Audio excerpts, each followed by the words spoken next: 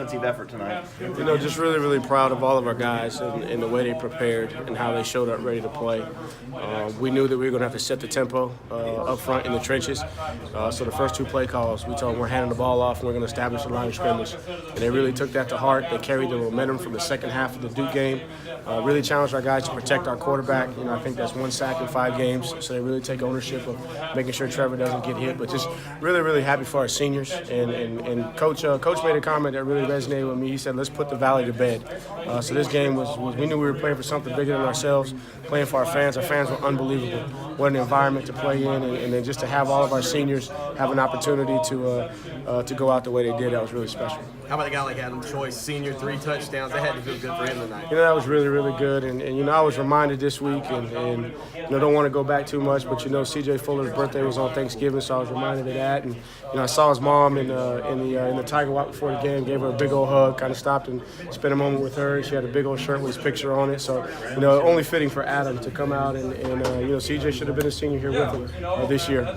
So for him to come out and have such a big game, and it couldn't happen to a better young man, an unbelievable leader. He's been the rock in my room, and I've tried to express that as much as I can for everybody on the outside. Obviously, Travis and Taven are highly talented, but Adam Choice is just a rock in my room, and you know, he makes me a better coach every single day when I step in there. For him to come out in his last game in the Valley and to have 3 touchdowns, that's really, really awesome. How would you assess Wade Trevor handle himself in his first rivalry game?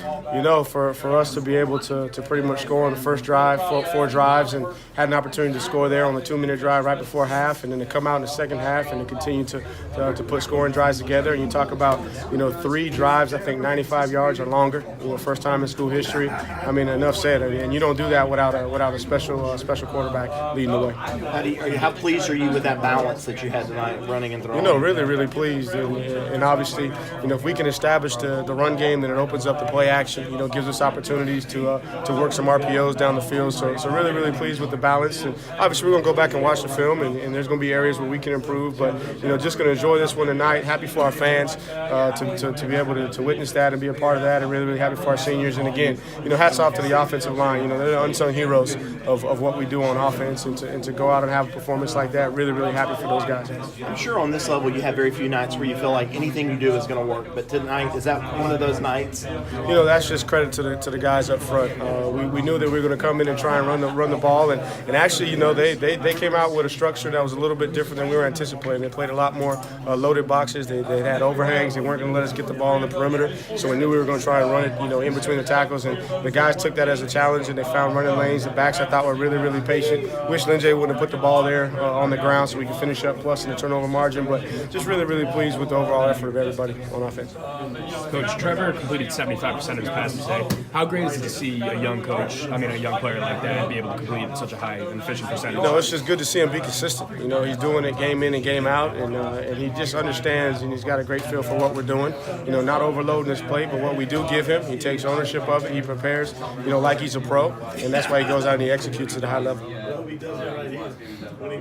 Hunter Renfro kind of did what he did his whole career here. Yeah. How would you? Man, Hunter Renfro's the best. You know, he's not going to get, you know, some of the credit because you got some big, tall, talented guys like T and J. Ross, but I mean, he's just Mr. Consistent.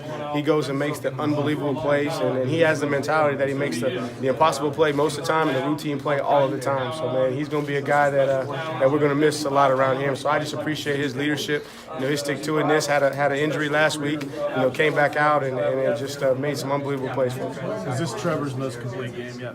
You know, from the outside looking in without looking at the tape, but you know, for us to do what we did on offense, he played pretty doggone well.